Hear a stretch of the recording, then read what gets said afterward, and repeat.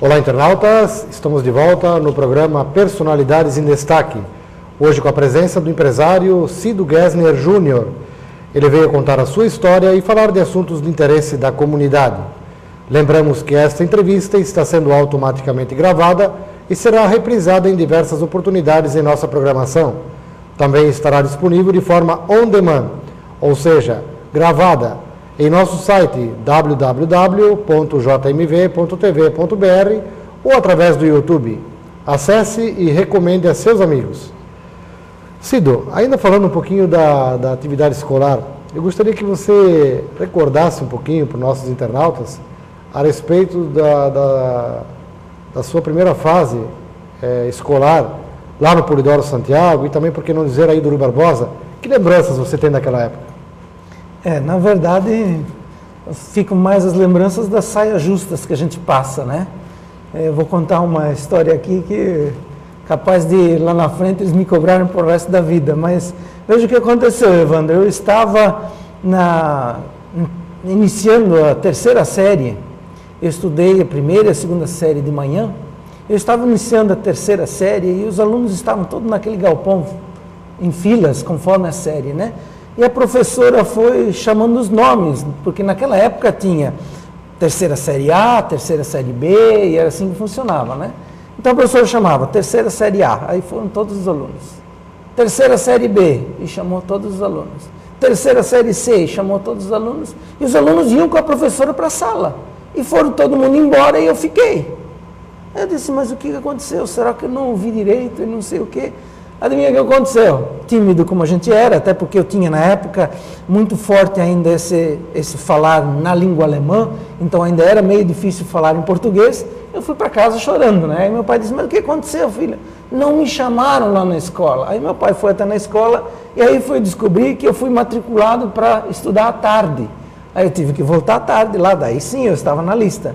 Mas aí a diretora disse assim, não, mas se você quiser a gente te coloca de manhã. Aí eu pensei assim, bom, já que era para estar de tarde, vou fazer essa experiência, né? Posso dormir um pouquinho mais de manhã cedo.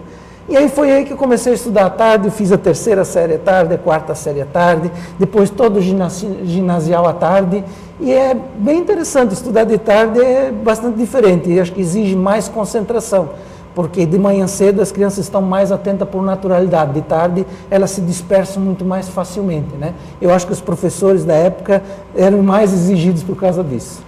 Cido, você tocou num assunto interessante, ainda recordando então da sua infância, da sua juventude, da adolescência, você falava fluentemente o alemão naquela época, né? Teu pai era alemão, a mãe era alemã?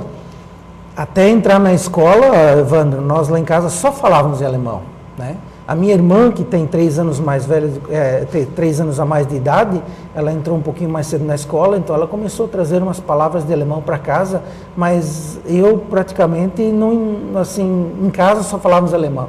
Eu me lembro, Evandro, que no primeiro ano da escola, em determinado momento eu me levantei da carteira para fazer uma pergunta e a professora disse, eu não entendi o que você perguntou. E eu repeti e ela disse, eu não entendi. Fala em português. Aí eu me sentei e fiquei pensando, como é que é pedir em português? Porque eu não conseguia distinguir o que era alemão ou o que era português.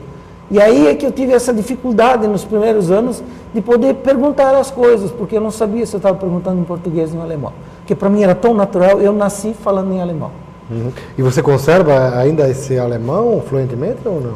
Sim, mas é que na verdade a gente tem que ver que eu aprendi o alemão de ouvido dos meus pais, que meus pais também não são naturais da Alemanha, né? Quando os meus filhos agora tiveram recentemente a oportunidade, cada um deles em tempos diferentes, passaram 1 ano na Alemanha, e eles falam o alemão muito bem, às vezes quando eu falo uma palavra, eles dizem, não pai, não é assim, a pronúncia é assim, você está falando errado. Então eu vejo que meu alemão é bastante errado.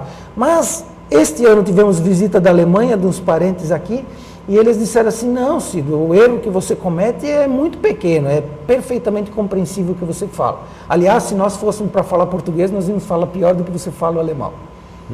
Cido, e como é que eram as brincadeiras no seu tempo de criança? Como é que era a diversão, o lazer aqui nessa região?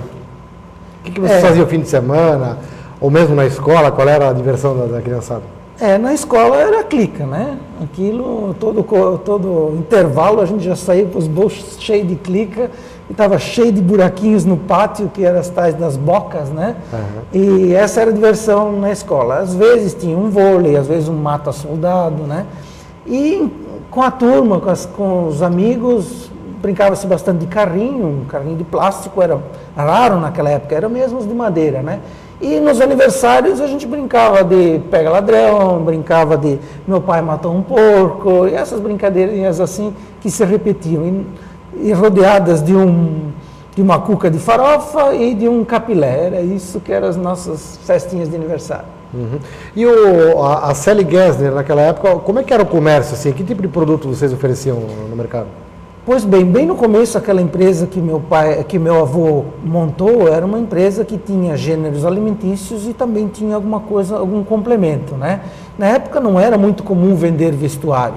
Se vendia tecido em metro, que as pessoas levavam, às vezes compravam a peça toda para costurar a roupa para a família toda, né? Então, da mesma tecido que fazia a camisa do homem, fazia a saia da mulher, às vezes era assim, né? Porque também tinha poucos produtos no mercado, né? E aí quando então com o falecimento da minha avó, que se sentiu a necessidade de dividir os negócios, o meu tio Arno Schitze e a sua esposa Eutrita assumiram a parte de açougues e o abatedouro, né? E meu pai optou pelos artigos prontos. Então meu pai já tinha naquela época a sua visão de ir a São Paulo fazer compras, porque meu pai serviu o exército no Rio de Janeiro, né? Ele foi da polícia do exército, ele até tem uma foto bonita dele em cima de uma moto bem bonita.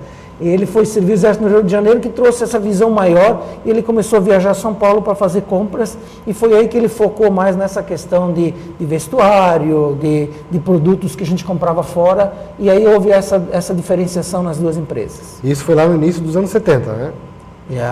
Isso foi, veja, minha avó faleceu em 69, né? Então foi bem aí no comecinho de 70. E Cido, naquela época o Brasil vivia o milagre brasileiro, que se denominou na época, nos anos de, se eu não me engano, de 68 até 73, o Brasil teve crescimento até superior a 10% ao ano. Foi o auge da ditadura militar também. Mas aquele período, então, foi de bastante crescimento, né? Você lembra, tem recordações dessa época? Eu tenho recordações do período, mas não por ter crescimento ou não ter crescimento. Veja, eu nasci em 63, então aos 73 eu tinha 10 anos de idade, a gente não se ligava muito no que acontecia ao nosso redor. Não, né? Chegou a pegar o boom e nem posteriormente as crises que passaram? Depois, mais adiante, quando a gente analisa aí os anos de 77, aí a gente teve um pouquinho mais de compreensão, porque aí você chega à tua juventude, aí você está um pouquinho mais ligado, né? Eu sei que, Cido, essa época, eu sei até pelos meus pais também, me lembro que final dos anos 70, início dos anos 90, o Brasil passou por uma transformação muito grande na economia, chegamos a ter uma hiperinflação nos anos 80, mas o período anterior a essa hiperinflação foi de crise, né? Você lembra dessa época? Eu lembro um pouquinho, Evandro, até porque assim, aí já na idade da juventude eu via as manifestações do meu pai, as dificuldades que passava o comércio, né? E na época também o meu pai já estava envolvido bastante nas questões da CDL de Timbó, então ele foi diretor da SPC, também foi presidente, e aí esses comentários na mesa, ou esses comentários com os amigos, a gente sentia que nós tínhamos uma crise, que as coisas estavam difíceis, né? Mas eu ainda não participava ativamente porque até apesar de eu estar trabalhando dentro da empresa, mas eu não tinha nenhum cargo de administração, eu fazia por demandas, né? Eu só comecei a sentir realmente as coisas quando daí eu estava na faculdade e aí meu pai começou a ficar doente e eu tive que, junto com a minha mãe, assumir os negócios. E isso foi lá começo dos anos 80. Certo. Bom, nós vamos a mais um breve intervalo e já retornaremos com a entrevista de Cido Gessner Júnior.